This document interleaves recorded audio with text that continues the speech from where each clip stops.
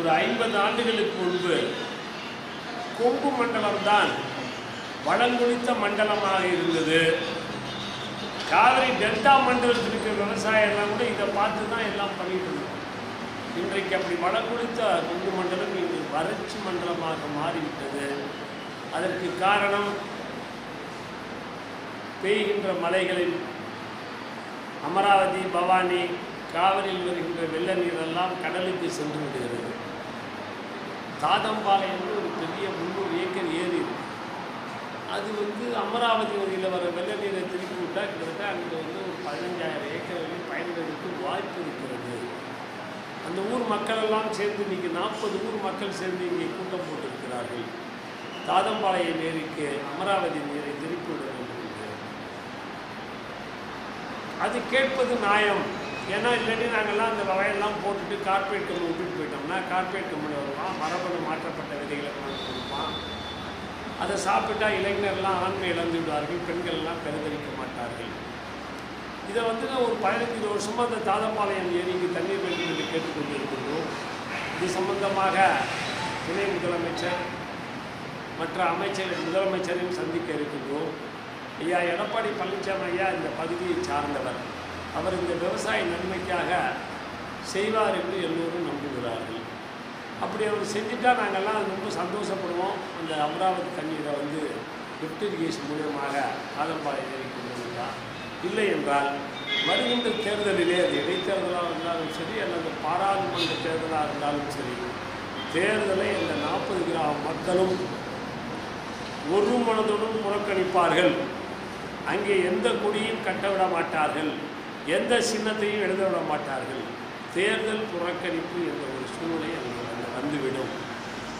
ஆகவே மாண்புமிகு தமிழக முதலமைச்சர் விவசாயத்தில் கருணை வைத்து அந்த தாதம்பாளையம் ஏரிக்கு இந்த வெள்ள நீர் அமராவதி வெள்ள நீரை திருப்பிடுவதற்குரிய நடவடிக்கை எடுக்க வேண்டும் என்று கேட்டுக்கொள்கிறேன்.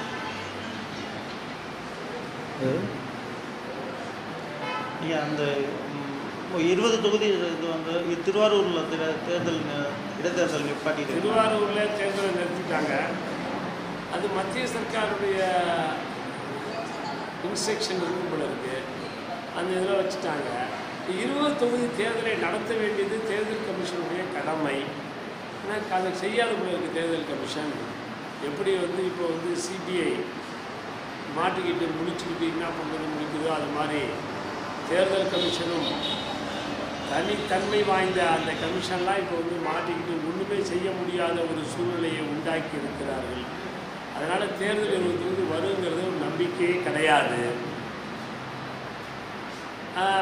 பார்லிமெண்ட் எலெக்ஷனோடு சேர்த்து வைப்பதற்கு முயற்சி செய்வார்கள் என்று நம்புகிறேன். இப்போ நான் ஜெயலலிதா அம்மா இறந்துட்டதும் அது குற்றச்சாட்டுகள் எல்லாம் யாரோ செஞ்சுட்டதா சொல்லிட்டு ஒவ்வொரு அமைச்சர்களும் தினந்தோறும் இது பண்ணுறாங்க. இப்போ சுகாதாரத்துறை செயலாளரும் எல்லாத்துக்கும் கோஷ்டி மோதல் உருவாகிற மாதிரி இருக்குது. இப்போதைக்கு அந்த கொடநாடு கொள்ளையிலேருந்து கொலை இது இது பண்ணிருக்கோம். இந்த காலத்து ஆசிரியர் சார் யார் தப்பு பண்ணாலும் தண்டிக்க வேண்டியது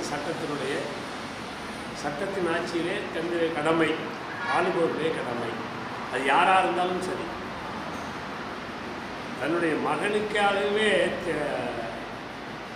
தன் மகன் தவறு செய்தான் என்பதற்காக தேர் சக்கரத்தில் கொண்டு தமிழகம் வரலாறு இருக்கிறது. அதனால் முதலமைச்சர் தப்பு பண்ணுறாரு, மற்றவங்க பண்ணுறாருன்னா பிரச்சனையே கிடையாது. யார் தவறு செய்தாலும் சட்டத்தை ஆளார் ஈக்குவல் பிஃபோர் சொல்லுவாங்க. சட்டத்தின் முன்னால் எல்லோரும் சமம். அந்த அடிப்படையிலே தவறு செய்பவர்களை தண்டிக்க வேண்டியது சட்டத்தினுடைய கடமை. அதை நிறைவேற்ற வேண்டியது ஆட்சியில் இருக்கக்கூடிய பொறுப்பு.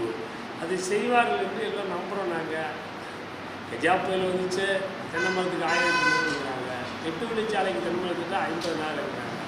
எங்கே போய் யார்கிட்ட சொல்கிறது? அதனால் தேர்தல் தான் அதற்கு ஒரே முடிவாளர்.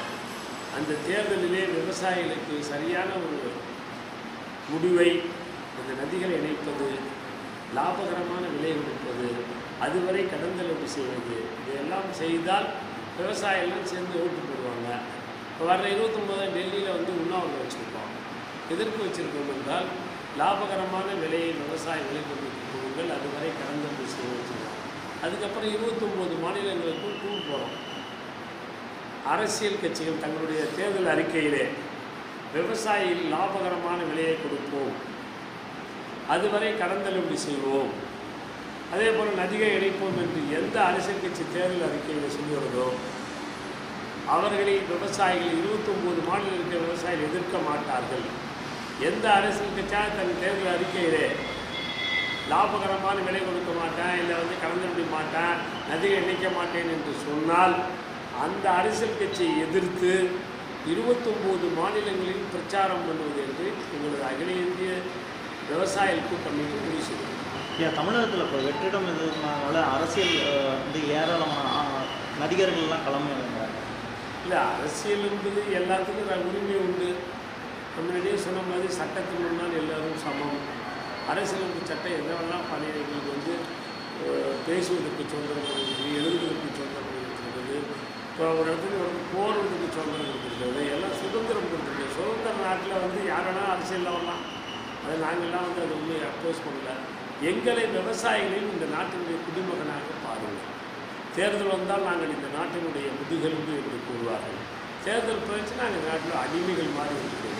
விவசாயிகளை அடிமைப்படுத்தார்கள், அவர்களையும் சுதந்திரமாக வாழ வேண்டும் என்பது